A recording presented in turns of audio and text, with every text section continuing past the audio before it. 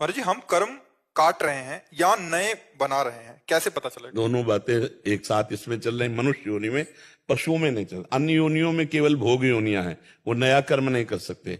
मनुष्य योनि में नया कर्म है। तो जो हमारे प्रारब्ध कर्म है, वो जैसे हम शुभ करना चाहते हैं, तुम्हारे अंदर अशुभ प्रवृत्तियां आकर जबरदस्ती हमसे अशुभ, तो हमारा गंदा प्रारब्ध है।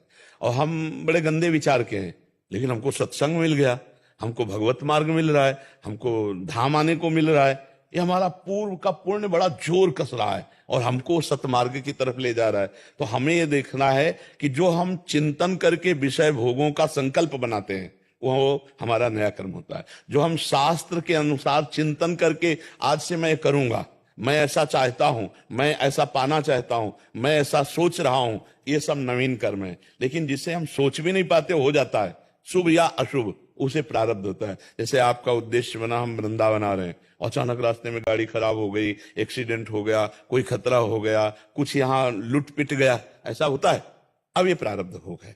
आपकी इच्छा तो नहीं थी, आप तो वृंदावन आ रहे थे धर्म कार्य के लिए, लेकिन बुरे प्रारब्ध ने बाधा पहुंचा दी। अब जैसे आप किसी बुरा संकल्प पे स्थित हैं, कोई ऐसा सद विचार आ जाता है, सद शास्त्र के वाक्य आ जाते हैं, कोई संत महात्मा मिल जाते हैं, हमारा विचार खत्म हो जाता है, ये हमारा शुभ प्रारब्ध हो गया, वो हमारा अशुभ प्रारब्ध हो गया। और जो हम विचार करके करते हैं संकल्प विकल्प सहित, वो नवीन कर्म होता है कि आज से सुना हमको ऐसा करना चाहिए, ऐसा करना चाहिए, ऐसा करना चाहिए, शुभ या अशुभ।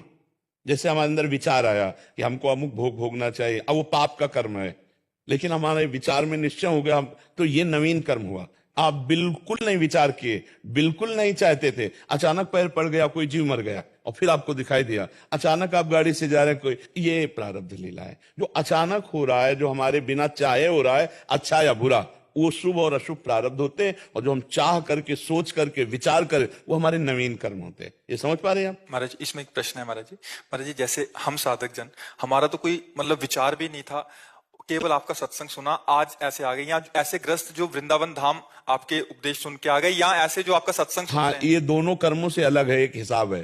प्रारब्ध जो शुभ अशुभ कर्म, नवीन जो शुभ अशुभ कर्म, इन दोनों से एक अलग है कृपा। महाराज हमें तो पता भी नहीं था। हाँ। चूंकि ये केवल कर्म संबंधी बात पूछी, इसलिए कृपा शब्द का उच्चारण नहीं किया।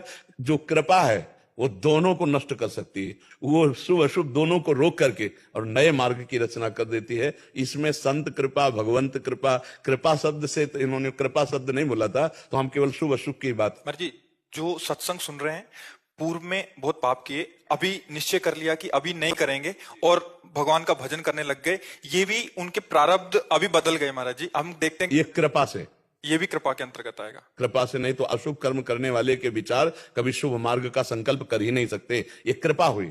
जैसे कैसे कृपा हुई? मान लो एक दोस्त है गया, तूने सत्संग सुना, एक क्लिप तो सुन, और वो क्लिप जो गई, वो अब खलबली बचा करके और उसको सतमार्ग में चढ़ा दिया, ये कृपा हुई। इसे कृपा कहते हैं, इसको प्रारब्ध नहीं कहते हैं। पूर्व जन्म के पाप कर्म भी क्या हमारे भक्ति करने में बाधा उत्पन्न कर सकते हैं? बहुत जोर की। मैं सिक्खी धर्म में एक संत महापुरुष जी से वचन सुना था जी, कि जो हमारे छोटे पाप कर्म होते हैं वो हमारे नाम जप करे नष्ट होते हैं, जी। लेकिन जो बड़े पाप कर्म होते हैं वो शांत नहीं बैठते, मुकाबला करते हैं। हाँ, पक्की बात, बिल्कुल 100% पक्की बात है। मुकाबला करते हैं, लेकिन हमें हरा नहीं पाएंगे, क्योंकि हम बहुत बड़े के पक्ष में हैं। एक श्री गुरु अर्जन देव जी की गुरबाणी जी में जी। एक तुक आती है, संतों महापुरुषों के लिए आती है कि जन्म मरण दुहों में नाही, संत परोपकारी आए, जी दान दे भक्ति लाए, हर से और मिलाए। कि संत महापुरुष जन्म